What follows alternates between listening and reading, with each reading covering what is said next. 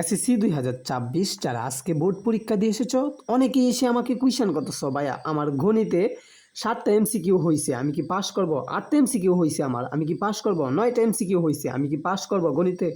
অনেকেই কোয়েশ্চেন করতেছো সিকিউ এ কত পেলে পাস ভাইয়া? আমি 20 পাইবো সিকিউ এ, মানে সৃজনশীল বা লিখিত অংশে আমি 20 পাবো, আমি কি পাস করব?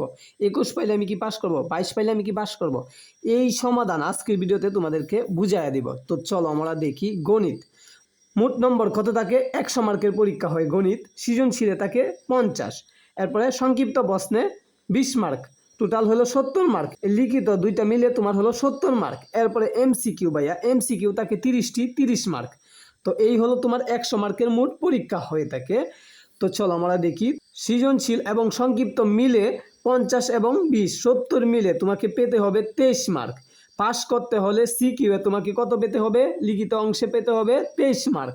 যদি তুমি 22 পাও তাহলে পাস করবা কিনা আমি বলে দিচ্ছি। এরপর দেখো এমসিকিউ, এমসিকিউ থাকে 30টি, 30টির মধ্যে তোমাকে পাস করতে হলে 10টি হতে হবে। যদি তুমি 9টা এমসিকিউ হয় তাহলে তুমি ফেল করবা।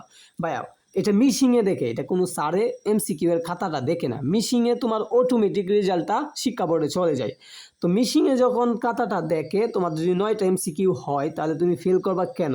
স্যারে যদি দেখতো তাহলে তোমাকে এক বাড়ায় দিত দয়া মায়া করে, কিন্তু মেশিংয়ে তোমাকে দয়া মায়া করবে না, অটোমেটিক কনভার্ট হয়ে কি হবে? শিক্ষা বোর্ডের রেজাল্টটা চলে যাবে। তুমি 9টা এমসিকিউ হয়েছে 9 পাইছো, তার মানে তুমি ফেল করছো, ঠিক আছে? তার মানে তুমি 9 যদি পাও, 9টা এমসিকিউ যদি হয় তাহলে তুমি ফেল করবা। 8টা এমসিকিউ হইলে তুমি ফেল করবা, 7টা এমসিকিউ হইলে তুমি ফেল করবা গণিতে। এরপরে দেখো এখানে 50 সৃজনশীল এবং সংক্ষিপ্ত প্রশ্ন 20। তো এই 20 আর 50 মিলে 70 মার্কের মধ্যে তুমি 23 পেতে হবে। এখন তুমি যদি 22 পাও তাহলে তুমি পাস করবা কিনা? যদি তুমি 22 পাও, স্যারে যদি তোমার খাতা দেখে তোমার প্রতি মায়া লাগে তাহলে স্যারে তোমাকে এক বাড়ায়া দিয়ে পাস করায় দিতে পারবে, এখানে কোনো অসুবিধা নাই। তো অবশ্য পাস মার্ক হলো 23 মার্ক। তো দেখো আলাদা আলাদা তোমাকে পাস করতে হবে গণিতে, কিন্তু তোমাকে কি করতে হবে? আলাদা আলাদা পাস করতে হবে। সৃজনশীলে 23 পায়ে আলাদা পাস করতে হবে, এমসিকিউ এ 10 পায়ে আলাদা পাস করতে হবে, টোটাল 33 পাইলে তুমি পাস মার্ক। কিন্তু তোমাকে 23 আলাদা পেতে হবে, 23-এর উপরে পেতে হবে অথবা 23 পেতে হবে, 10 পেতে হবে অথবা 10-এর উপরে পেতে হবে, তাহলে তুমি গণিতে পাস করবা। তো আশা করি তুমি এই ভিডিওতে সম্পূর্ণ বুঝতে পারছো যে গণিতে পাস মার্ক কত এবং সিকিউ এ এমসিকিউ এ কীভাবে আমাকে পাস করতে হবে।